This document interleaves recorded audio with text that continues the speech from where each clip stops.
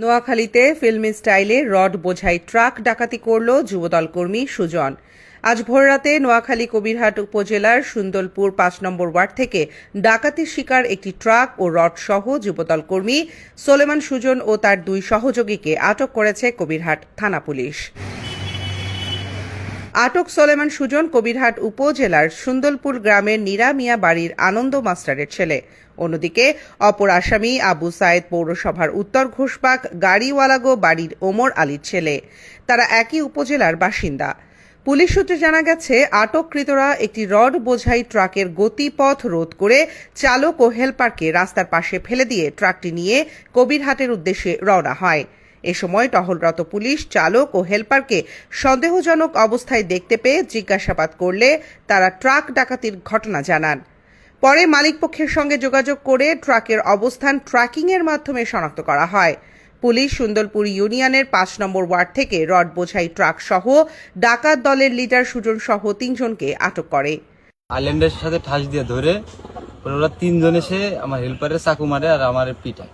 পরে ওরা গাড়িতে ওঠার পরে আমাদের হাত পা ধরে বেঁধে ফেলায় হেল্পারের পা দানিতে রাখে আর আমার ড্রাইভিং সিটের পিছনে ঢুকায় ওরা চোখ হাত পা বেঁধে দিক দিয়ে এসে গাড়ি এখানে নিয়ে আসে। তারপরে সমস্যার ট্র্যাকিং পেয়ে তার কাছে দিছি, তারপরে জানতে পারলাম যে গাড়ি সে উদ্ধার করেছে, এই জন্য সে আসতে বলছে। আমরা এখন একটু আগে থানায় উপস্থিত হয়েছি। স্থানীয়দের দাবি, যুবলীগ করা সোলেমান সুজন ২৪-এর গণ অভ্যুত্থানের পর স্থানীয় বিএনপির কিছু নেতার শেল্টারে যুবদল নেতা বনে যান। এরপর থেকে ইউনিয়ন, উপজেলা এবং জেলার নেতাদের সাথে যখনই সুযোগ পায় ছবি তুলে তা ফেসবুকে পোস্ট দিতে থাকে। এরপর থেকে এসব ছবি দেখিয়ে এবং ক্ষমতার দাপটে শুরু করে যত অপকর্ম। এ বিষয়ে যোগাযোগ করলে কবিরহাট উপজেলা বিএনপির সাবেক আহ্বায়ক কামরুল হুদা চৌধুরী লিটন মুঠোফোনে বলেন, সুজন যুবদলের কোনো পদে নেই, আগে সে যুবলীগ করত।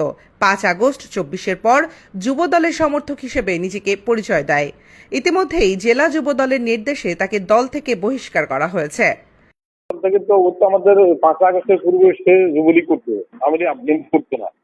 এরপর ৫ আগস্টের পর আমাদের দলের সাথে সমস্ত বিষয় আমাদের দলের কোনো কমিটির সদস্য নাই, কোনো কমিটির সদস্য ইতিমধ্যে আমাদের ইউনিয়ন যুবদল তাকে প্রাথমিক সদস্য থেকে বহিষ্কার দিচ্ছে। ইউনিয়ন যুবদলের একটি প্যাডে সুজনকে আজীবনের জন্য স্থায়ী বহিষ্কারের পত্রটি সামাজিক যোগাযোগ মাধ্যমে দেখা যাচ্ছে।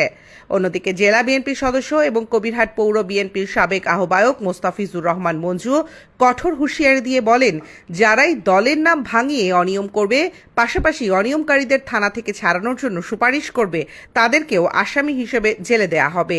তাই সবাই সাবধান হয়ে যান। দলের নাম ভাঙিয়ে যারা অপকর্ম করবে, যারা চিহ্নিত অপরাধী, তাদের সাথে কোনো ধরনের আপোষ নয়। এবং যারা অপরাধীকে শেল্টার দেবে অথবা থানা থেকে মুক্ত করার জন্য যারা তদবির করবে, আমরা মনে করি তাদেরকেও একই মামলায় আসামি করে দেওয়া উচিত। কবিরহাট থানার ভারপ্রাপ্ত কর্মকর্তা ওসি মোহাম্মদ শাহিন মিয়া জানান, রাতে সন্দেহভাজন একজন সহ মোট ৩ জনকে ট্রাক সহ আটক করা হয়।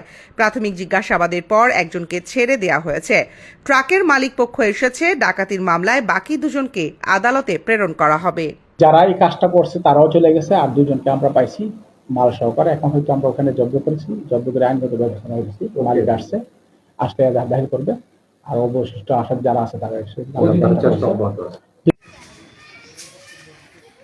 ভিডিও